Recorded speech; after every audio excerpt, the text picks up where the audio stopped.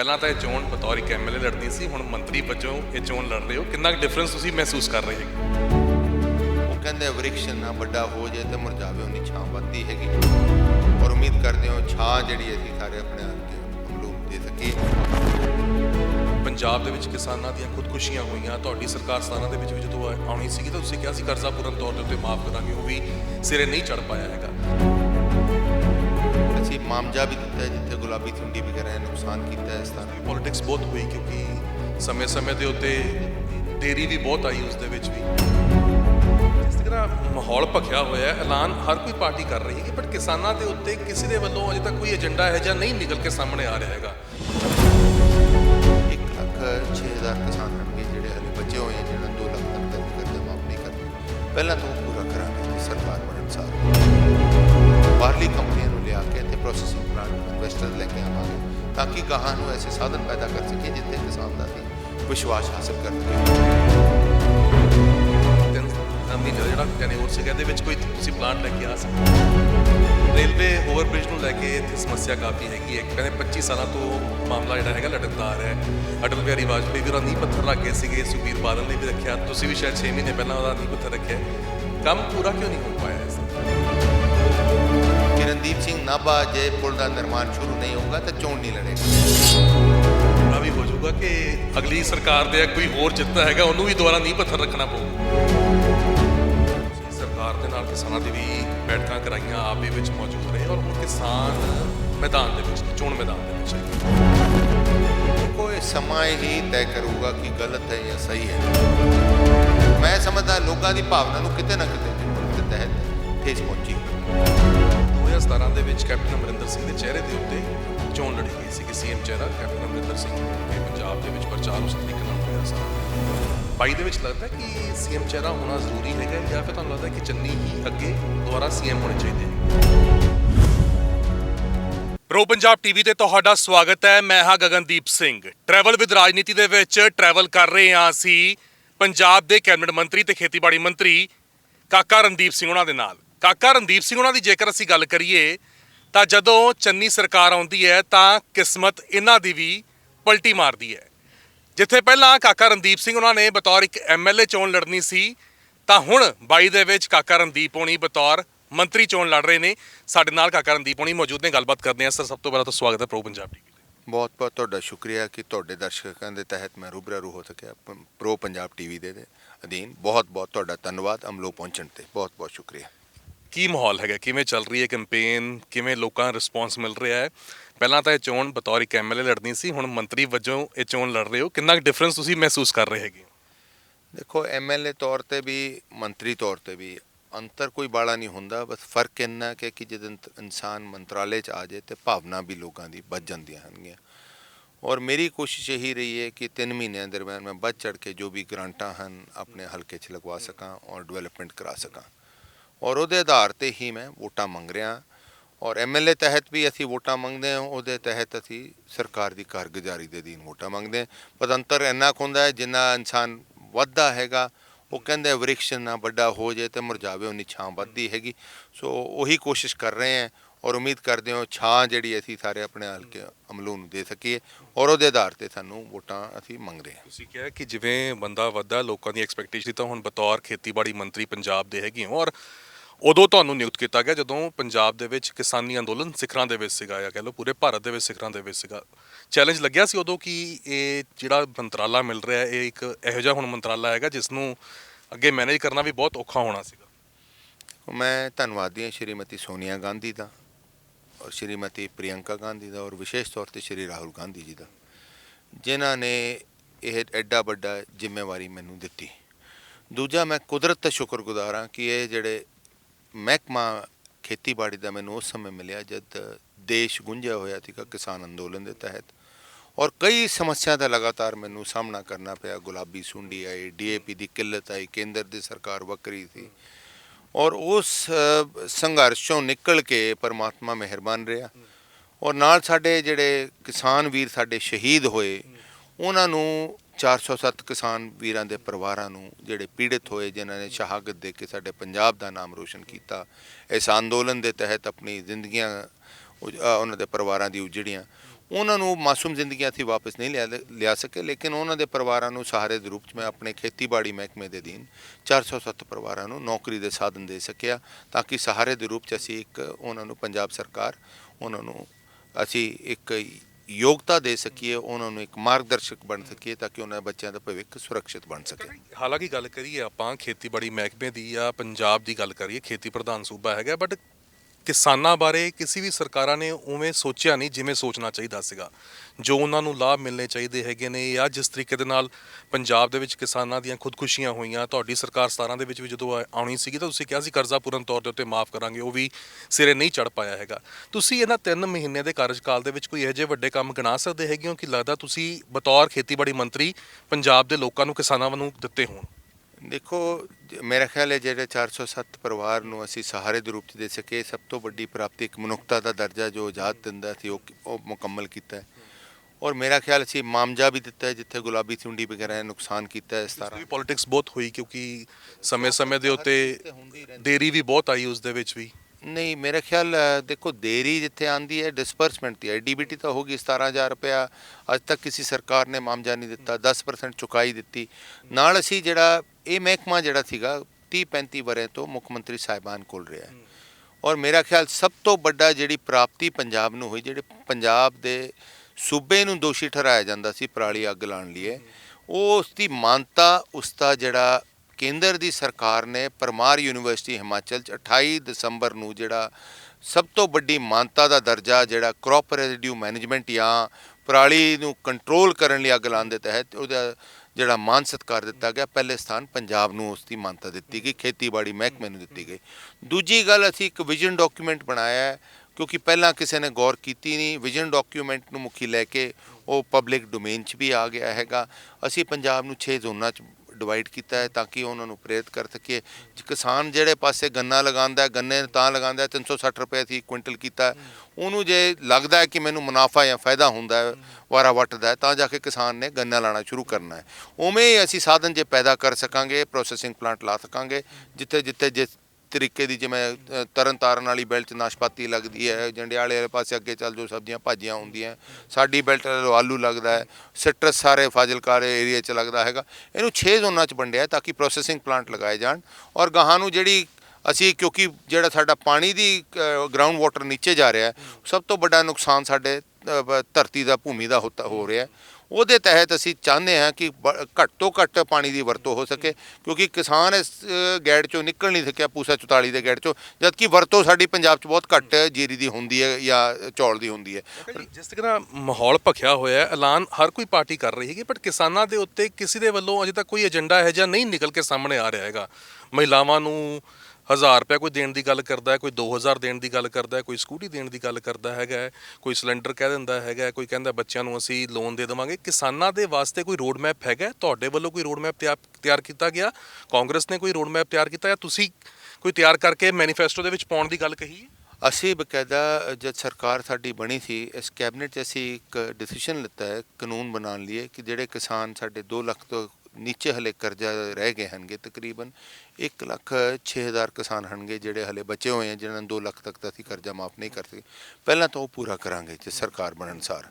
ਔਰ ਸਾਡੀ ਕੋਸ਼ਿਸ਼ ਇਹ ਰਹੂਗੀ ਕਿ ਇਹ ਜ਼ੋਨਾਂ 'ਚ ਬਣਾ ਕੇ ਅਸੀਂ ਪ੍ਰੋਸੈਸਿੰਗ ਪਲਾਂਟ, ਕਿਉਂਕਿ ਸਾਡੇ ਕੋਲ ਇਜ਼ਰਾਈਲੀ ਲੋਕ ਵੀ ਆਏ ਸੀ ਕਿ ਇਜ਼ਰਾਈਲੀ ਦੇ ਇਕਨੋਮਿਕ ਅਫੇਅਰ ਦੇ ਇੰਚਾਰਜ ਜਿਹੜੀ ਨਤਾਸ਼ਾ ਜੀ ਹਨਗੇ, ਉਹ ਸਾਡੇ ਕੋਲ ਆ ਕੇ ਗਏ। ਪੰਜਾਬ ਐਗਰੋ 'ਚ ਸਾਡੇ ਬੋਰਡ ਨਾਲ ਮੀਟਿੰਗ ਕੀਤੀ, ਉਹਨਾਂ ਨੇ ਆਸ਼ਵਾਸਨ ਵੀ ਦਿੱਤਾ ਕਿ ਅਸੀਂ ਬਾਹਰਲੀ ਕੰਪਨੀਆਂ ਨੂੰ ਲਿਆ ਕੇ ਇੱਥੇ ਪ੍ਰੋਸੈਸਿੰਗ ਪਲਾਂਟ ਇਨਵੈਸਟਰ ਲੈ ਕੇ ਆਵਾਂਗੇ, ਤਾਂ ਕਿ ਗਾਹਾਂ ਨੂੰ ਐਸੇ ਸਾਧਨ ਪੈਦਾ ਕਰ ਸਕੀਏ ਜਿੱਥੇ ਕਿਸਾਨ ਦਾ ਅਸੀਂ ਵਿਸ਼ਵਾਸ ਹਾਸਲ ਕਰ ਸਕੀਏ। ਵਿਸ਼ਵਾਸ ਤਦ ਹੀ ਹਾਸਲ ਹੋਏਗਾ ਜੇ ਅਸੀਂ ਉਹਨਾਂ ਲਈ ਇਹ ਚੀਜ਼ਾਂ ਇਨਫਰਾਸਟ੍ਰਕਚਰ ਕ੍ਰੀਏਟ ਕਰਾਂਗੇ, ਤਾਂ ਕਿ ਉਹ ਤਬਦੀਲ ਕਰਕੇ ਝੋਨੇ 'ਚੋਂ 3 ਫਸਲਾਂ ਕਰੇ। ਕਿਹਾ ਜਾਂਦਾ ਸੀ ਕਿ ਖੇਤੀ ਇੱਕ ਲਾਹੇ ਵਾਲਾ ਸੌਦਾ ਹੈਗਾ, ਹੁਣ ਖੇਤੀ ਲਾਹੇ ਵਾਲਾ ਸੌਦਾ ਨਹੀਂ ਹੈਗਾ। ਨੌਜਵਾਨ ਬਾਹਰ ਭੱਜ ਰਹੇ ਹੈਗੇ ਨੇ, ਵਿਰਲਾ ਕੋਈ ਖੇਤੀ ਕਰ ਰਿਹਾ ਹੋਊਗਾ। ਇਸ ਨੂੰ ਕਿਵੇਂ, ਖੇਤੀ ਨੂੰ ਬਚਾਵਾਂਗੇ ਕਿਵੇਂ? ਤੌਰ 5 ਸਾਲਾਂ ਦੇ ਵਿੱਚ ਇੱਥੇ ਕੋਈ ਪਲਾਂਟ ਲੈ ਕੇ ਆਉਣ ਦੇ ਵਿੱਚ ਕਾਮਯਾਬ ਹੋ ਸਕੇ, ਜਾਂ 3 ਮਹੀਨੇ ਦਾ ਜਿਹੜਾ ਟੈਨਿਓਰ ਸੀਗਾ ਇਹਦੇ ਵਿੱਚ ਕੋਈ ਤੁਸੀਂ ਪਲਾਂਟ ਲੈ ਕੇ ਆ ਸਕੇ? ਤੁਸੀਂ ਮੈਨੂੰ ਪਹਿਲਾਂ ਦੱਸੋ ਕਿ 3 ਮਹੀਨਿਆਂ 'ਚ ਕੋਈ ਪਲਾਂਟ ਲੱਗ ਜਾਂਦਾ? ਕੋਈ ਸ਼ੁਰੂਆਤ ਕੀਤੀ ਕਿਸੇ? ਮੇਰੀ ਮਨਸ਼ਾ ਹੈ, ਕਿਉਂਕਿ ਨਾਭਾ, ਭਵਾਨੀਗੜ੍ਹ ਔਰ ਅਮਲੋ ਬੈਲਟ, ਇੱਥੇ ਆਲੂ ਦੇ ਇੱਕ ਪ੍ਰੋਸੈਸਿੰਗ ਪਲਾਂਟ ਦੀ ਲੋੜ ਹੈ। ਔਰ ਸਾਡੇ ਕੋਲ ਪੰਚਾਇਤਾਂ ਵੀ ਜ਼ਮੀਨ ਦੇਣ ਨੂੰ ਤਿਆਰ ਹਨਗੀਆਂ। ਜੇ ਸਰਕਾਰ ਬਣੂਗੀ, ਵਿਸ਼ਵਾਸ ਤੌਰ 'ਤੇ ਜੇ ਖੇਤੀਬਾੜੀ ਮਹਿਕਮਾ ਮੇਰੇ ਕੋਲ ਹੋਏ ਨਾ ਹੋਏ, ਲੇਕਿਨ ਪ੍ਰੋਸੈਸਿੰਗ ਪਲਾਂਟ ਸਰਕਾਰ ਬਣਨ ਅਨੁਸਾਰ ਮੈਂ ਇੱਧਰਲੇ ਪਾਸੇ ਆਲੂਆਂ ਜ਼ਰੂਰ ਲਾਵਾਂਗੇ। ਮੱਕੀ ਹੋਰ ਵੀ ਅਸੀਂ ਸਿਸਟਮ ਬਣਾਇਆ ਹੈਗਾ, ਜਿਵੇਂ ਤੁਸੀਂ ਮੱਕੀ ਦੀ ਜ਼ਿਕਰ ਕੀਤਾ ਹੈਗਾ, ਕੰਢੀ ਬੈਲ 'ਚ ਬੜੀ ਮੱਕੀ ਲੈਂਦੀ, ਇਹਨੂੰ ਪ੍ਰੇਰਿਤ ਕਰਨ ਲਈ ਬੱਚਿਆਂ ਨੂੰ ਵੀ ਅਸੀਂ ਸਬਸਿਡੀ ਦੇ ਸਕਦੇ ਹਾਂ, ਜਿਹੜੀ ਵੈਨਾਂ ਦੇ ਅਧੀਨ ਉਹ ਆਪਣੇ ਸ਼ਾਪਿੰਗ ਕਾਰਟ ਬਣਾ ਕੇ 4-5 ਬੰਦੇ ਇਕੱਠੇ ਹੋ ਕੇ ਉਹ ਜੂਸ ਵੇਚ ਸਕਦੇ हैं। ਮੱਕੀ ਦੇ ਤਹਿਤ ਵੱਖਰੀ ਵੱਖਰੀ ਵੈਰਾਈਟੀਆਂ ਵੇਚ ਸਕਦੇ ਹਨਗੇ, ਵੱਖਰੇ ਮਸਾਲੇ ਪਾ ਕੇ ਵੇਚ ਸਕਦੇ, ਉਹਨਾਂ ਦਾ ਆਮਦਨ ਦਾ ਜ਼ਰੀਆ ਬਣ ਸਕਦਾ। ਜਿੰਨਾ ਆਮਦਨ ਵਧੂਗੀ ਉਹਨਾਂ ਨੂੰ ਉਤਸ਼ਾਹਿਤ ਹੋਣਗੇ। ਸੋ ਇਹ ਮਾਡਲ ਵੀ ਪੰਜਾਬ 'ਚ ਪ੍ਰੋਪ ਅਪ ਕੀਤਾ ਜਾ ਸਕਦਾ ਹੈ, ਖੇਤੀਬਾੜੀ ਦੇ ਤਹਿਤ ਪੰਜਾਬ ਨੂੰ ਪ੍ਰਮੋਟ ਕੀਤਾ ਜਾ ਸਕਦਾ। ਸੈਕਿੰਡ ਟਾਈਮ ਤੁਸੀਂ ਇੱਥੋਂ ਦੀ ਟੈਨਿਓਰ ਜਿਹੜੀ ਹੈਗੀ ਹੈ ਪੂਰੀ ਕਰ ਰਹੇ ਹੈਗੇ ਹੋ, ਮੈਨੂੰ ਲੱਗਦਾ ਮੁੱਦੇ ਦਾ ਵੈਸੇ ਇੱਥੇ ਕੋਈ ਇਹੋ ਜਿਹੇ ਬਚੇ ਨਹੀਂ ਹੋਣੇ ਚਾਹੀਦੇ ਹੈਗੇ, ਗਲੀਆਂ ਨਾਲੀਆਂ ਦੇ ਡਿਵੈਲਪਮੈਂਟ ਦੇ ਤਾਂ ਕੋਈ ਇਹੋ ਜਿਹੇ ਮੁੱਦੇ ਹੋਣੇ ਚਾਹੀਦੇ, ਪਰ ਜਦੋਂ ਗੱਲ ਹੁੰਦੀ ਹੈ ਅਮਲੋਹ ਵਾਲਿਆਂ ਨਾਲ ਅਜੇ ਵੀ ਉਸੇ ਦੇ ਵਿੱਚ ਹੀ ਲੋਕ ਫਸੇ ਹੋਏ ਨੇ ਕਿ ਗਲੀਆਂ ਕਹਿੰਦੇ ਪੱਕੀਆਂ ਨਹੀਂ ਹੋਈਆਂ, ਗਲੀਆਂ ਟੁੱਟੀਆਂ ਹੋਈਆਂ ਨੇ, ਸੜਕਾਂ ਦੇ ਵਿੱਚ ਟੋਏ ਪਏ ਹੋਏ ਨੇ, ਡਿਵੈਲਪਮੈਂਟ ਨਹੀਂ ਹੋਈ ਹੈਗੀ। ਤਾਂ ਇਹਨਾਂ 10 ਸਾਲਾਂ ਦੇ ਵਿੱਚ ਕੀ ਡਿਵੈਲਪਮੈਂਟ ਕਰਵਾਉਣ ਦੇ ਵਿੱਚ ਤੁਸੀਂ ਕਾਮਯਾਬ ਨਹੀਂ ਹੋ ਸਕੇ? ਇਹ ਤਾਂ ਸਰਕਾਰ ਤੁਹਾਡੀ ਸੀਗੀ, ਇਹ ਤਾਂ ਤੁਹਾਨੂੰ ਹੁਣ 2022 20 ਫਰਵਰੀ ਦੱਸ ਦੂਗੀ ਕਿ ਕਾਮਯਾਬ ਹੋਇਆ ਜਾਂ ਨਹੀਂ ਹੋਇਆ। ਤੁਹਾਡੇ ਸਾਹਮਣੇ ਨਤੀਜੇ ਆ ਜਾਣਗੇ, ਜ਼ਿਆਦਾ ਦੂਰ ਨਹੀਂ। ਔਰ ਇਸ 'ਚ ਕੋਈ ਦੋ ਰਾਏ ਨਹੀਂ, ਗਲੀਆਂ ਨਾਲੀਆਂ ਸਦਾ ਲਈ ਚੱਲਦੀਆਂ ਰਹਿੰਦੀਆਂ, ਕਿਉਂਕਿ ਜਿਹੜੀ ਆਬਾਦੀਆਂ ਸਾਡੀਆਂ ਵੱਧਦੀਆਂ ਜਾ ਰਹੀਆਂ ਹੈ, ਸਾਡੇ ਜਿਹੜੇ ਬਾਹਰ ਲੋਕ ਬਸਤੇ ਜਾਂਦੇ ਹਨਗੇ, ਸ਼ਹਿਰਾਂ ਤੋਂ ਬਾਹਰ ਨਿਕਲ ਜਾਂਦੇ, ਲੇਕਿਨ ਜਿਹੜੀ ਸ਼ਹਿਰ ਵਾਲੇ ਤੁਹਾਨੂੰ ਦੱਸ ਸਕਦੇ ਜਿਹੜੀ ਡਿਵੈਲਪਮੈਂਟ ਹੋਈ ਹੈ ਨਹੀਂ ਹੋਈ ਹੈ, ਉਸ ਦਾ ਨਤੀਜਾ ਤੁਹਾਡੇ ਕੋਲ ਸਾਹਮਣੇ ਆ ਜਾਊਗਾ। ਜੇ ਨਹੀਂ ਹੋਊਗਾ ਤਾਂ 2022 'ਚ 20 ਫਰਵਰੀ ਨੂੰ ਰਣਦੀਪ ਸਿੰਘ ਜਦ ਨਤੀਜੇ ਨਿਕਲ ਜਾਣ ਹਾਰ ਜਾਣਗੇ। ਜੇ ਰਣਦੀਪ ਸਿੰਘ ਨੇ ਚੰਗੀ ਕਾਰਗੁਜ਼ਾਰੀ ਕੀਤੀ ਹੋਊਗੀ ਤਾਂ ਰਣਦੀਪ ਸਿੰਘ ਜਿੱਤ ਜਾਏਗਾ। ਇੱਕ ਰੇਲਵੇ ਓਵਰਬ੍ਰਿਜ ਨੂੰ ਲੈ ਕੇ ਇੱਥੇ ਸਮੱਸਿਆ ਕਾਫੀ ਹੈਗੀ ਹੈ। ਕਹਿੰਦੇ 25 ਸਾਲਾਂ ਤੋਂ ਮਾਮਲਾ ਜਿਹੜਾ ਹੈਗਾ ਲਟਕਦਾ ਆ ਰਿਹਾ ਹੈ। ਅਟਲ ਬਿਹਾਰੀ ਵਾਜਪੇਈ ਵੀ ਉਹਦਾ ਨੀਂਹ ਪੱਥਰ ਰੱਖ ਗਏ ਸੀਗੇ, ਸੁਖਬੀਰ ਬਾਦਲ ਨੇ ਵੀ ਰੱਖਿਆ, ਤੁਸੀਂ ਵੀ ਸ਼ਾਇਦ 6 ਮਹੀਨੇ ਪਹਿਲਾਂ ਉਹਦਾ ਨੀਂਹ ਪੱਥਰ ਰੱਖਿਆ। ਕੰਮ ਪੂਰਾ ਕਿਉਂ ਨਹੀਂ ਹੋ ਪਾਇਆ ਇਸ ਦਾ? ਉਸ ਦਾ ਕੰਮ ਚੱਲ ਰਿਹਾ ਹੈ ਜੀ, ਦੋਨੋਂ ਪਾਸੇ ਉਹਦੀ ਯੂਟਿਲਿਟੀ ਸ਼ਿਫਟ ਹੋ ਗਈਆਂ ਹਨਗੀਆਂ। ਜਿਹੜਾ ਸੈਂਟਰ ਪੋਰਸ਼ਨ ਹਨਗਾ ਜੀ, ਰੇਲਵੇ ਅਥਾਰਟੀ ਆਫ ਇੰਡੀਆ ਨੇ ਉਹਦਾ ਕੰਮ ਟੈਂਡਰ ਦੇ ਕੇ ਉਹਦਾ ਕੰਮ ਸ਼ੁਰੂ ਕੀਤਾ ਹੋਇਆ ਹੈ। ਉਹ ਤੁਸੀਂ ਆਪ ਜਾ ਕੇ ਉਸ ਸਥਾਨ 'ਤੇ ਦੇਖ ਸਕਦੇ ਹੋ। ਜਿਹੜਾ ਦੋਹੇ ਪਾਸੇ PWD ਦੇ ਮਹਿਕਮਾ ਜਿਹੜੇ ਸੜਕਾਂ ਬਣਾਉਣੀਆਂ ਹੈਗੀਆਂ up to the railway top, ਉਹ ਦੋਨੋਂ ਪਾਸੇ PWD ਕੋਲ ਟੈਂਡਰ ਲੱਗਿਆ ਹੋਇਆ ਹੈ। PWD ਨੇ ਬਕਾਇਦਾ ਪਹਿਲਾਂ ਨਗਰ ਨਿਗਮ ਗੋਬਿੰਦਗੜ੍ਹ ਨੇ ਉਸ ਦਾ ਪੈਸਾ ਲਾਗਤ ਕਰਨਾ ਸੀ, ਲੇਕਿਨ ਹੁਣ 34 ਕਰੋੜ ਰੁਪਇਆ PWD ਲਾਗਤ ਕਰ ਰਹੀ ਹੈ। ਔਰ ਜਿਹੜਾ ਉਹਦੀ ਯੂਟਿਲਿਟੀ ਸ਼ਿਫਟ ਕੀਤੀਆਂ ਗਈਆਂ, ਤਾਰਾਂ ਕੱਢੀਆਂ ਗਈਆਂ, ਸੀਵਰੇਜ ਕੱਢਿਆ ਗਿਆ ਹੈ, ਦੋਹੇ ਪਾਸੇ ਸਾਫ਼ ਕੀਤੇ ਗਏ ਹੈ। ਉੱਥੇ ਉਹਦਾ ਪਲਾਂਟ ਜਿਹੜਾ ਠੇਕੇਦਾਰ ਹੈਗਾ ਉਹਦਾ ਪਲਾਂਟ ਲਗਾਇਆ ਗਿਆ। ਸੋ ਜੇ ਕੋਈ ਲੋਕ ਨਿੰਦਾ ਕਰਦੇ ਆ, ਇਸ 'ਚ ਕੋਈ ਦੋ ਰਾਏ ਨਹੀਂ। 97 ਦੇ ਤਹਿਤ ਅਟਲ ਬਿਹਾਰੀ ਵਾਜਪਾਈ ਸਾਹਿਬ ਐਲਾਨ ਕਰਕੇ ਗਏ ਸੀ, ਮਾਨनीय ਪ੍ਰਧਾਨ ਮੰਤਰੀ ਸਾਹਿਬ। ਔਰ ਮੈਂ ਆਪਣੇ ਇਲੈਕਸ਼ਨਾਂ 'ਚ ਵਾਅਦਾ ਕੀਤਾ ਸੀ ਨਗਰ ਨਿਗਮ ਦੀ ਚੋਣਾਂ 'ਚ ਕਿ ਰਣਦੀਪ ਸਿੰਘ ਨਾਭਾ ਜੇ ਪੁਲ ਦਾ ਨਿਰਮਾਣ ਸ਼ੁਰੂ ਨਹੀਂ ਹੋਊਗਾ ਤਾਂ ਚੋਣ ਨਹੀਂ ਲੜੇਗਾ। ਤੇ ਰਣਦੀਪ ਸਿੰਘ ਨਾਭਾ ਉੱਥੇ ਜਾ ਕੇ ਤੁਸੀਂ ਮੌਕੇ 'ਤੇ ਦੇਖ ਸਕਦੇ ਹੋ ਕਿ ਨਿਰਮਾਣ ਹੋ ਰਿਹਾ ਨਹੀਂ ਹੋ ਰਿਹਾ, ਤਾਂ ਰਣਦੀਪ ਸਿੰਘ ਨਾਭਾ ਚੋਣ ਲੜੇਗਾ, ਨਹੀਂ ਤਾਂ ਰਣਦੀਪ ਸਿੰਘ ਨਾਭਾ ਅਟਲ ਖੜਾ ਹੈ ਆਪਣੀ ਜ਼ੁਬਾਨ ਤੇ। ਪੂਰਾ ਵੀ ਹੋ ਜਾਊਗਾ ਕਿ ਅਗਲੀ ਸਰਕਾਰ ਦੇ ਕੋਈ ਹੋਰ ਜਿੱਤਦਾ ਹੈਗਾ ਉਹਨੂੰ ਵੀ ਦੁਬਾਰਾ ਨੀਂਹ ਪੱਥਰ ਰੱਖਣਾ ਪਊਗਾ? ਦੇਖੋ, ਹਰ ਸਰਕਾਰਾਂ ਦਾ ਅਧਿਕਾਰ ਹੈ ਕਿ ਨੀਂਹ ਪੱਥਰ ਰੱਖ ਸਕਦੇ ਹਨਗੇ, ਲੇਕਿਨ ਇਹ ਪੁਲ ਦਾ ਨਿਰਮਾਣ ਹੋਏਗਾ।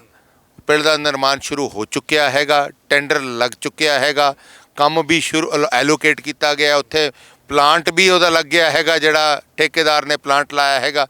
ਤਾਂ ਆਪਾਂ ਕਹਿ ਸਕਦੇ ਹਾਂ ਕਿ ਜਿਹੜਾ ਪੁਲ ਹੈ ਇੱਕ ਦਿਨ ਤੱਕ ਖੜਾ ਨਹੀਂ ਕੀਤਾ ਜਾ ਸਕਦਾ, ਇਹਨੂੰ ਵੀ ਤਕਰੀਬਨ ਸਾਲ, ਸਵਾ ਸਾਲ, 1.5 ਸਾਲ ਲੱਗਣਾ ਹੈ ਮੁਕੰਮਲ ਹੋਣ ਲਈ।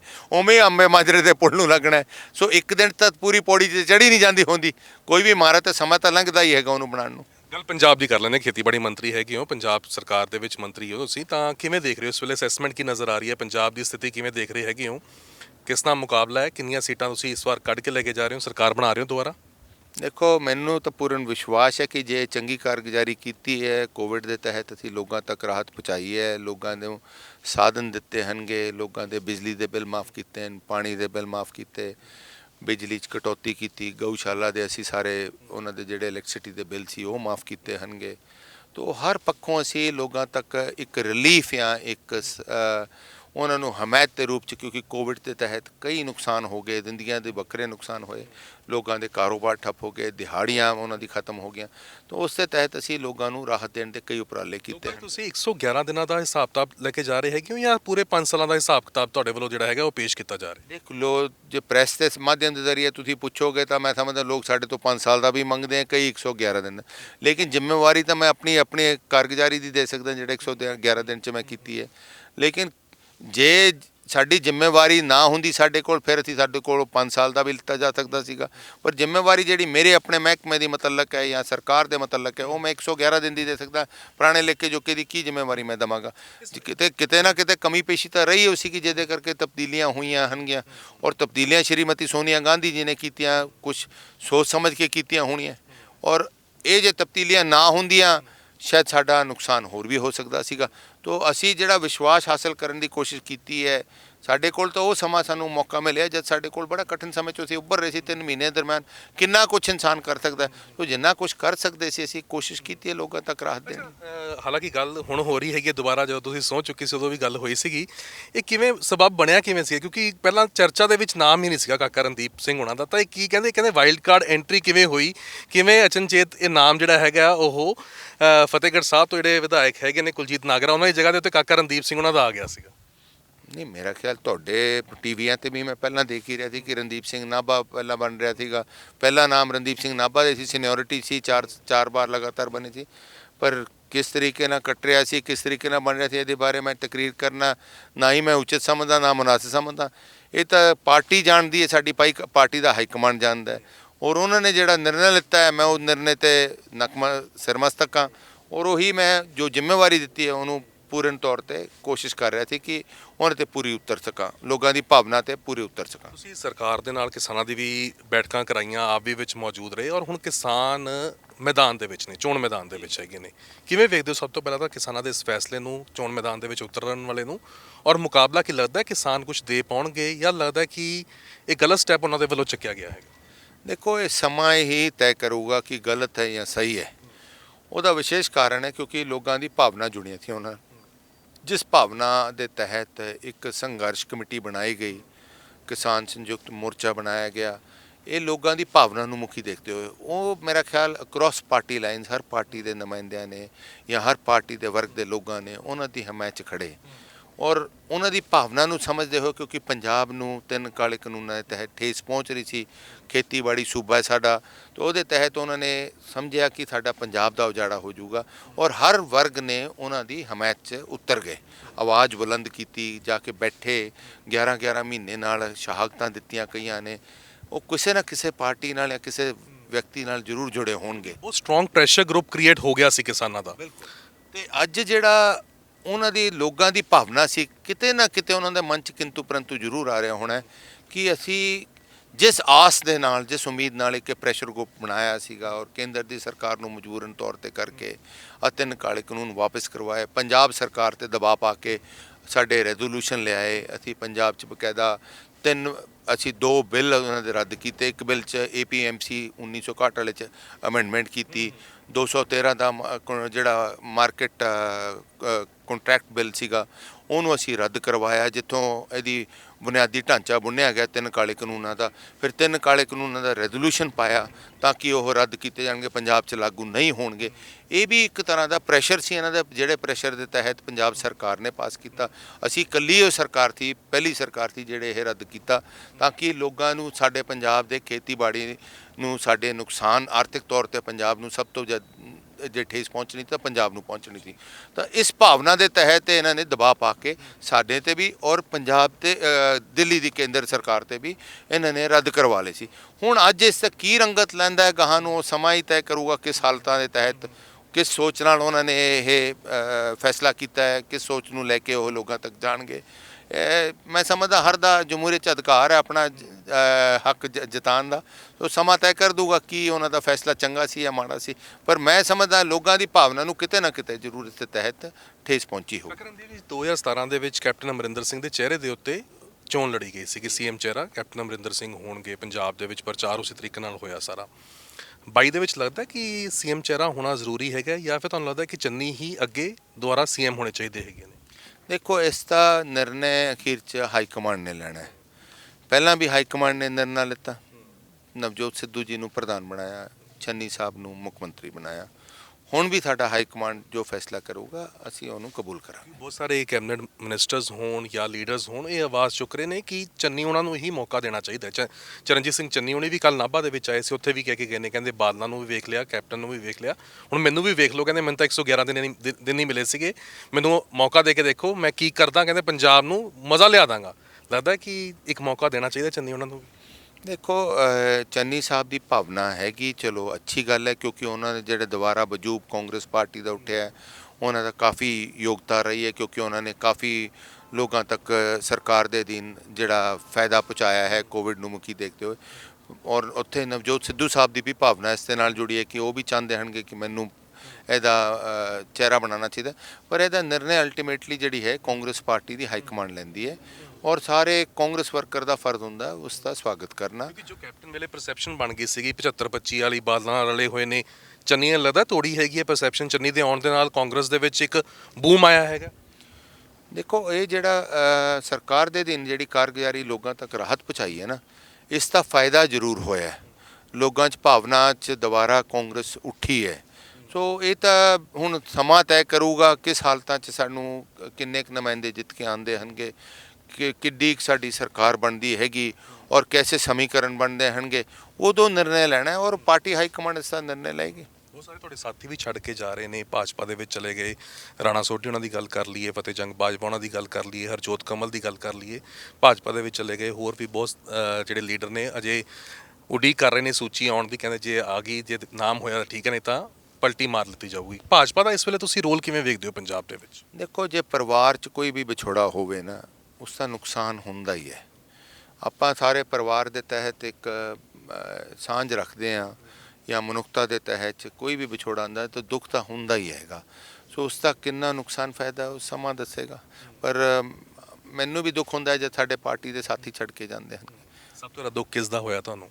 ਦੇਖੋ ਇਹ ਮੈਂ ਇਹ ਨਹੀਂ ਕਹਿ ਸਕਦਾ ਸਭ ਤੋਂ ਵੱਧ, ਕਿਉਂਕਿ ਸਾਡੇ ਸਾਥੀ ਹੈ ਪਾਰਟੀ ਦੇ।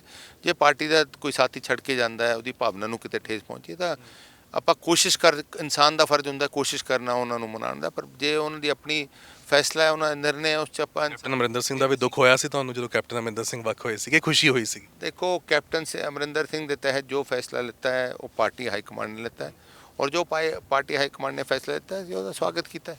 ਨਹੀਂ, ਕੈਪਟਨ ਨੂੰ ਪਾਰਟੀ 'ਚ ਰਹਿਣਾ ਚਾਹੀਦਾ ਸੀ, ਜਾਂ ਕੈਪਟਨ ਜੇ ਅਲੱਗ ਹੋ ਗਏ? ਸਾਹਿਬ ਨੂੰ ਪੁੱਛ ਸਕਦੇ ਹੋ ਤੁਸੀਂ, ਕੈਪਟਨ ਸਾਹਿਬ ਨੂੰ ਪੁੱਛ ਸਕਦੇ ਹੋ, ਉਹਨਾਂ ਦਾ ਜਵਾਬ ਮੈਂ ਕੀ ਦੇ ਸਕਦਾ। ਤੁਹਾਨੂੰ ਖੁਸ਼ੀ ਹੋਈ ਸੀ ਕਿ ਦੁੱਖ ਹੋਇਆ ਸੀ ਕਿ ਹਾਂ ਚਲੋ ਕੈਪਟਨ? ਤਕਰੀਰ ਕਰਨਾ ਉਚਿਤ ਹੀ ਨਹੀਂ ਸਮਝਦਾ। ਕੈਪਟਨ ਸਾਹਿਬ ਦੇ ਬਾਰੇ ਖੁਸ਼ੀ ਹੈ ਦੁੱਖ ਉਹੀ ਜਾਣਦੇ ਹਨਗੇ, ਉਹਨਾਂ ਨੂੰ ਖੁਸ਼ੀ ਹੈ ਕਿ ਦੁੱਖ ਹੈ। ਜਿਵੇਂ ਮੈਂ ਪੁੱਛਿਆ ਬੀਜੇਪੀ ਦਾ ਇਸ ਵੇਲੇ ਕੀ ਤੁਸੀਂ ਦੇਖਦੇ ਹੈਗੇ ਹੋ ਪੰਜਾਬ ਦੇ ਵਿੱਚ ਵਿਕਾਰ? ਕਿਉਂਕਿ ਜਿੱਥੇ ਪਹਿਲਾਂ ਕਿਸਾਨੀ ਅੰਦੋਲਨ ਕਰਕੇ ਲੱਗਦਾ ਸੀ ਕਿ ਬੀਜੇਪੀ ਖਾਤਾ ਵੀ ਨਹੀਂ ਖੋਲ ਪਾਊਗੀ, ਪਿੰਡਾਂ 'ਚ ਜਾ ਵੀ ਨਹੀਂ ਪਾਊਗੀ, ਹੁਣ ਲੀਡਰ ਵੀ ਵੱਡੇ ਸ਼ਾਮਲ ਹੋ ਰਹੇ ਹੈਗੇ ਨੇ। ਇਸ ਵੇਲੇ ਬੀਜੇਪੀ ਦੇ ਤੁਸੀਂ ਕਦ ਨੂੰ ਕਿੰਨਾ ਕੁ ਅਸੈਸ ਕਰਦੇ ਹੈਗੇ?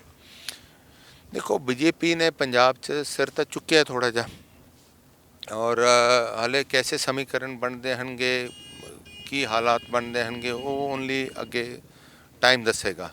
ਪਰ ਜਿੱਥੇ ਤੱਕ ਸਵਾਲ ਹੈਗਾ, ਜੋ ਪਹਿਲਾਂ ਹਾਲਾਤ ਸੀ ਅੱਜ ਨਹੀਂ ਹਨਗੇ, ਕੱਲ੍ਹ ਦੇ ਹਾਲਾਤ ਪਰਸੋਂ ਨਹੀਂ ਹੋਣਗੇ।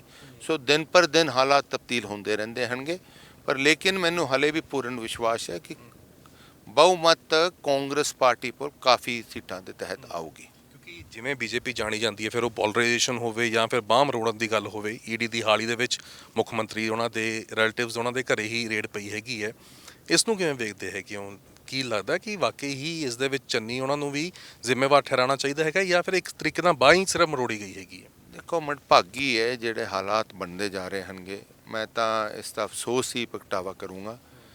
ਜਿੱਥੇ ਤੱਕ ਸਵਾਲ ਹੈ, ਇਹ ਕਾਨੂੰਨ ਕਾਇਦਾ ਸਾਰਿਆਂ ਲਈ ਇੱਕ ਹੈ, ਲੇਕਿਨ ਜੇ ਇਹ ਇੱਕ ਮਨਸ਼ਾ ਲੈ ਕੇ ਦਬਾਅ ਪਾਉਣ ਦਾ ਇਰਾਦਾ ਸੀ ਤਾਂ ਮੈਂ ਸਮਝਦਾ ਦੇਸ਼ ਲਈ ਮੰਦਭਾਗੀ ਹੈ। ਕਿਉਂਕਿ ਜਿਸ ਆਸ ਨਾਲ ਉਮੀਦਾਂ ਨਾਲ ਸਾਡੇ ਦੇਸ਼ ਦੀ ਭਾਵਨਾ ਜੁੜੀਆਂ ਹਨਗੀਆਂ, ਉਹ ਕਹਿੰਦੇ ਆ ਪੰਜਾਬੀ 'ਚ ਕਹਾਵਤ ਹੈ, ਜਿਹੜਾ ਵਿਚਾਰਾ ਬਣ ਜਾਂਦਾ ਤਰ ਜਾਂਦਾ ਹੈ। ਸੋ ਜੇ ਤਾਂ ਕਿਤੇ ਤੋਂ ਕੁਤਾਹੀ ਹੋਈ ਹੈ, ਕਾਨੂੰਨ ਕਾਇਦਾ ਉਸ ਦੇ ਲਈ ਬਖਸ਼ਦਾ ਨਹੀਂ ਹੈ। ਜੇ ਕੁਤਾਹੀ ਨਹੀਂ ਹੋਈ ਹੈ ਤਾਂ ਫਿਰ ਜ਼ਰੂਰ ਲੋਕਾਂ ਦੇ ਮਨਾਂ ਨੂੰ ਠੇਸ ਪਹੁੰਚੂਗੀ, ਉਸ ਦਾ ਫਾਇਦਾ ਮਿਲ ਸਕਦਾ ਹੈਗਾ।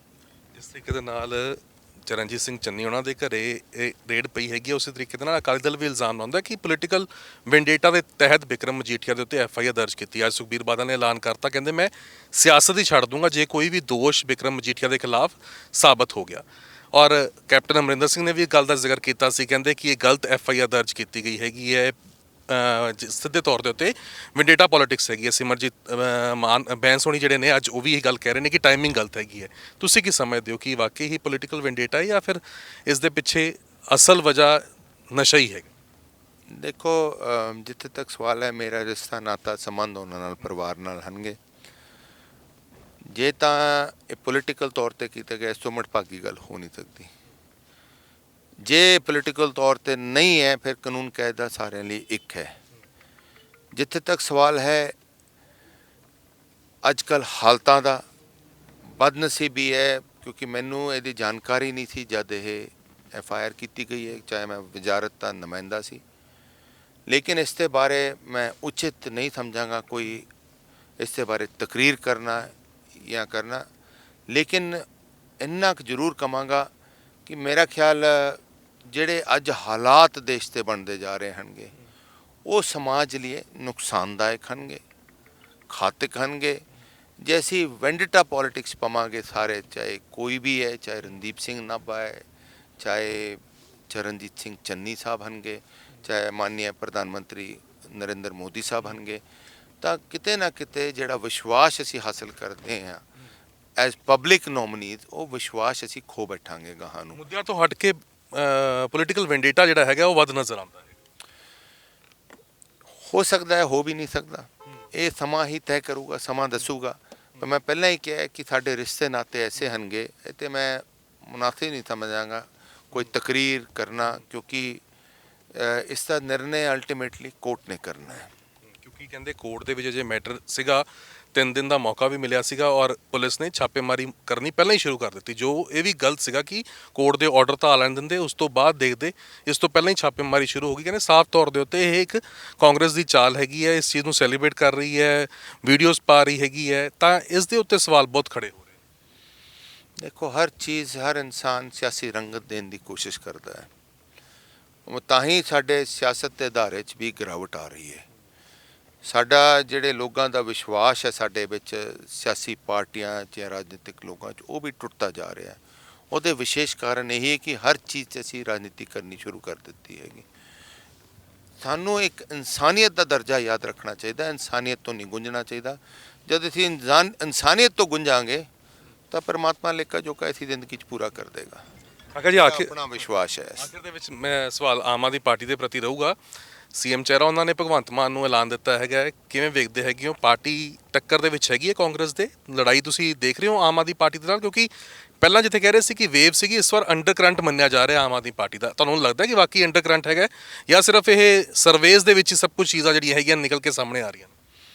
ਦੇਖੋ, ਆਈ ਵਿਸ਼ ਹਿਮ ਆਲ the best, E the colleague, ਅਤੇ ਉਹਨਾਂ ਨੂੰ ਜਿਹੜਾ ਆਮ ਆਦਮੀ ਪਾਰਟੀ ਦਾ ਚਿਹਰਾ ਬਣਾਇਆ ਹੈਗਾ, ਉਹ ਆਮ ਆਦਮੀ ਪਾਰਟੀ ਦਾ ਫੈਸਲਾ ਹੈ। ਸਾਡੀ ਪਾਰਟੀ ਦਾ ਜਿਹੜਾ ਫੈਸਲਾ ਹੈਗਾ, ਅਸੀਂ ਆਪਣਾ ਲੋਕਾਂ ਤੱਕ ਲੈ ਕੇ ਜਾ ਰਹੇ ਹਾਂ, ਜੋ ਸਾਡੀ ਕਾਰਗੁਜ਼ਾਰੀ ਦੇ ਅਧੀਨ ਹੈ। ਔਰ ਮੇਰਾ ਖਿਆਲ ਹੈ ਜਿਹੜਾ ਪਿਛਲੀ ਵਾਰ ਮੇਰੇ ਮੁਤਾਬਿਕ ਆਪਣਾ ਮੰਨਣਾ ਹੈ ਕਿ ਜ਼ਿਆਦਾ ਹਵਾ ਸੀਗੀ, ਔਰ ਐਕਤੀ ਤੁਸੀਂ ਕਹਿ ਰਹੇ ਹੋ ਅੰਡਰ ਕਰੰਟ ਹੈ, ਸਮਾਂ ਤੈਅ ਕਰ ਦੇਗਾ। ਲੋਕ ਕਹਿ ਰਹੇ ਨੇ, ਸਰਵੇਜ਼ ਕੁਝ ਕਹਿ ਰਹੇ ਹੈਗੇ, ਤੁਹਾਨੂੰ ਕੀ ਲੱਗਦਾ ਹੈ? ਸਰਵੇਸ ਤਾਂ ਪਿਛਲੀ ਵਾਰ ਵੀ ਸੀ, ਵੋਟਰ 100 ਸੀਟਾਂ ਦੇ ਰਹੀ ਸੀ ਉਹਨਾਂ ਨੂੰ। ਸੋ ਸਰਵੇ ਜਿਹੜੇ ਹੁੰਦੇ, ਕਦੇ ਸਰਵੇਖਣ ਸਹੀ ਨਹੀਂ ਹੁੰਦੇ, ਕਿਉਂਕਿ ਬੜੇ ਲਿਮਿਟਿਡ ਤੌਰ 'ਤੇ, ਬੜੀ ਮਾਤਰਾ, ਲਿਮਿਟਿਡ ਪੋਪੂਲੇਸ਼ਨ ਦੇ ਆਧਾਰ 'ਤੇ ਸਰਵੇ ਕੀਤੇ ਜਾਂਦੇ ਹਨਗੇ। ਲੇਕਿਨ ਮੈਂ ਸਮਝਦਾ, ਮੈਂ ਤਾਂ ਤੁਹਾਡੇ ਮਾਧਿਅਮ ਦੇ ਜ਼ਰੀਏ ਇਹੀ ਬੇਨਤੀ ਕਰੂੰਗਾ ਪੰਜਾਬ ਦੇ ਲੋਕਾਂ ਨੂੰ, ਚੰਗੇ ਲੋਕਾਂ ਨੂੰ ਲੈ ਕੇ ਆਓ, ਤਾਂ ਕਿ ਅਸੀਂ ਪੰਜਾਬ ਨੂੰ ਸਵਾਰ ਸਕੀਏ, ਪੰਜਾਬ ਨੂੰ ਬਚਾ ਸਕੀਏ, ਔਰ ਗਾਹਾਂ ਨੂੰ ਇੱਕ ਮਜ਼ਬੂਤ ਸਥਿਰ ਸਰਕਾਰ ਬਣਾ ਸਕੀਏ, ਤਾਂ ਕਿ ਗਾਹਾਂ ਨੂੰ ਉਹ ਹਾਲ ਨਾ ਹੋਣ ਜੋ ਪਹਿਲਾਂ ਦਿੱਲੀ 'ਚ ਵਾਪਰੇ ਹਨਗੇ। ਆਪਾਂ ਸਾਰੇ ਹੀ ਜਾਣੂ ਆ, ਜਿਹੜੇ ਬਕਾਇਦਾ ਸਿਹਤ ਨੂੰ ਮੁਖੀ ਰੱਖਦੇ ਹੋਏ ਮੁਹੱਲੇ ਕਲੀਨਿਕ ਬਾਰੇ ਜ਼ਿਕਰ ਕਰਦੇ ਸੀ, ਤਵੱਜੋ ਦਿੰਦੇ ਸੀ ਸਿਹਤ ਨੂੰ। ਸਭ ਤੋਂ ਵੱਧ ਜੇ ਪੀੜਤ ਹੋਏ ਹਨਗੇ ਲੋਕ ਕੋਵਿਡ ਦੇ ਤਹਿਤ, ਮਹਾਮਾਰੀ ਦਾ ਨੁਕਸਾਨ ਹੋਇਆ, ਜ਼ਿੰਦਗੀ ਦਾ ਉਜਾੜਾ ਹੋਇਆ, ਤਾਂ ਉਹ ਦਿੱਲੀ 'ਚ ਹੋਇਆ ਹੈ। ਤਾਂ ਆਪਾਂ ਨੂੰ ਵੀ ਸੋਚ ਸਮਝ ਨਾਲ, ਆਪਣੀ ਬੁੱਧੀ ਵਰਤ ਕੇ ਆਪਾਂ ਨੂੰ ਵੋਟ ਪਾਉਣੀ ਚਾਹੀਦੀ ਹੈ, ਤਾਂ ਕਿ ਅਸੀਂ ਇਹ ਝਾਂਸਿਆਂ 'ਚ ਨਾ ਸਕੀਏ। ਔਰ ਜਮਹੂਰੀਅਤ ਦੀ ਜੇ ਸੁਰੱਖਿਆ ਇਕੱਲੇ ਇੱਕ MLA ਦਾ ਕਰਨ ਦਾ, ਜਾਂ ਮੰਤਰੀ ਕਰਨ ਦਾ, ਜਾਂ ਪਾਰਲੀਮੈਂਟ ਦੇ ਮੈਂਬਰ ਪਾਰਲੀਮੈਂਟ ਦਾ, ਜਾਂ ਪ੍ਰਧਾਨ ਮੰਤਰੀ ਦਾ ਫਰਜ਼ ਨਹੀਂ ਬਣਦਾ, ਦੇਸ਼ ਵਾਸੀਆਂ ਦਾ ਵੀ ਫਰਜ਼ ਨਾਲ ਉਨਾ ਹੀ ਬਣਦਾ ਹੈ। ਸੋ ਆਪਾਂ ਜੇ ਦੇਸ਼ ਵਾਸੀ ਉਹ ਦਿਹਾੜੇ ਮਨਾਉਂਦੇ ਹਾਂ, ਸ਼ਹੀਦ ਭਗਤ ਸਿੰਘ ਜੈ ਦੇ, ਸੁਖਦੇਵ ਰਾਜਗੁਰੂ ਦੇ, ਮਹਾਤਮਾ ਗਾਂਧੀਆਂ ਦੇ, ਉਹਨਾਂ ਦੀ ਪਾਲਣਾ ਕਰਨੀ ਵੀ ਆਪਾਂ ਸਿੱਖੀਏ, ਉਹਨਾਂ ਦੇ ਅਸੂਲਾਂ 'ਤੇ ਚੱਲਣੀ ਵੀ ਸਿੱਖੀਏ, ਔਰ ਗਰੀਬ ਵਰਗ ਨੂੰ ਆਪਾਂ ਛੂਹਣ ਦੀ ਕੋਸ਼ਿਸ਼ ਕਰੀਏ, ਜਿਹੜੇ ਲੋਕ ਸੰਕਟ ਚੱਲ ਰਹੇ ਹਨਗੇ, ਤਾਂ ਕਿ ਆਪਾਂ ਉਹਨਾਂ 'ਤੇ ਜੇ ਰਾਹਤ ਦੇ ਦਈਏ, ਤਾਂ ਉਹ ਸਭ ਤੋਂ ਵੱਡੀ ਤੁਹਾਡੀ ਜ਼ਿੰਦਗੀ ਦੇ ਸਫ਼ਰ ਦੀ ਪ੍ਰਾਪਤੀ ਹੈ। ਉਹਨਾਂ ਦੀ ਸੀਸ ਕੱਟਣਾ ਤੁਹਾਡੀ ਸਭ ਤੋਂ ਵੱਡੀ। ਦੁਬਾਰਾ ਜਿੱਦੇ ਸਰਕਾਰ ਬਣਦੀ ਹੈਗੀ ਹੈ, ਖੇਤੀਬਾੜੀ ਮਹਿਕਮਾ ਹੀ ਲੈਣਾ ਪਸੰਦ ਕਰੋਗੇ, ਜਾਂ ਕਿਸੇ ਹੋਰ ਦੇ ਵਿੱਚ ਮਹਿਕਮੇ ਦੇ ਵਿੱਚ ਹੱਥ ਅਜ਼ਮਾਉਣਾ ਚਾਹੋਗੇ? ਮੈਨੂੰ ਤਾਂ ਐਕਟ ਵੀ ਨਹੀਂ ਪਤਾ ਸੀ ਕਿਹੜਾ ਮਹਿਕਮਾ ਦਿੱਤਾ ਜਾ ਰਿਹਾ ਹੈਗਾ। ਉਹ ਅੱਗੇ ਵੀ ਜੋ ਪਾਰਟੀ ਹੁਕਮ ਕਰੇਗੀ ਉਹੀ ਅਸੀਂ ਨਿਭਾਵਾਂਗੇ। ਬਹੁਤ ਬਹੁਤ ਧੰਨਵਾਦ ਕਾਕਾ ਜੀ ਗੱਲਬਾਤ ਕਰਨ ਦੀ। ਤਾਂ ਕਾਕਾ ਰਣਦੀਪ ਸਿੰਘ ਹੋਣੀ ਚੋਣ ਮੈਦਾਨ ਦੇ ਵਿੱਚ ਨੇ ਔਰ ਇਸ ਵਾਰ ਬਤੌਰ ਮੰਤਰੀ ਉਤਰੇ ਹੋਏ ਨੇ। ਜਿੱਥੇ ਪਹਿਲਾਂ ਐਮਐਲਏ ਤੌਰ ਦੇ ਉੱਤੇ ਉਤਰਨਾ ਸੀ ਤਾਂ ਇਸ ਵਾਰ ਪਾਰਟੀ ਨੇ ਜ਼ਿੰਮੇਵਾਰੀ ਇਹਨਾਂ ਨੂੰ ਦਿੱਤੀ ਸੀ, ਮੰਤਰੀ ਬਣਾਇਆ ਸੀ। ਤਾਂ ਹੁਣ ਦੇਖਣਾ ਹੋਊਗਾ ਕਿ ਲੋਕਾਂ ਨੂੰ ਇਹਨਾਂ ਦਾ ਇਹ 3 ਮਹੀਨੇ ਦੇ ਨਾਲ ਪਿਛਲੇ 4.5 ਸਾਲਾਂ ਦਾ ਕੰਮ ਪਸੰਦ ਆਉਂਦਾ ਹੈ ਜਾਂ ਨਹੀਂ। ਇਸ ਦਾ ਫੈਸਲਾ 10 ਮਾਰਚ ਨੂੰ ਲੋਕ ਤੈਅ ਕਰਨਗੇ। ਕੈਮਰਾਮੈਨ ਗੁਰਸ਼ਰਨ ਦੇ ਨਾਲ ਗਗਨਦੀਪ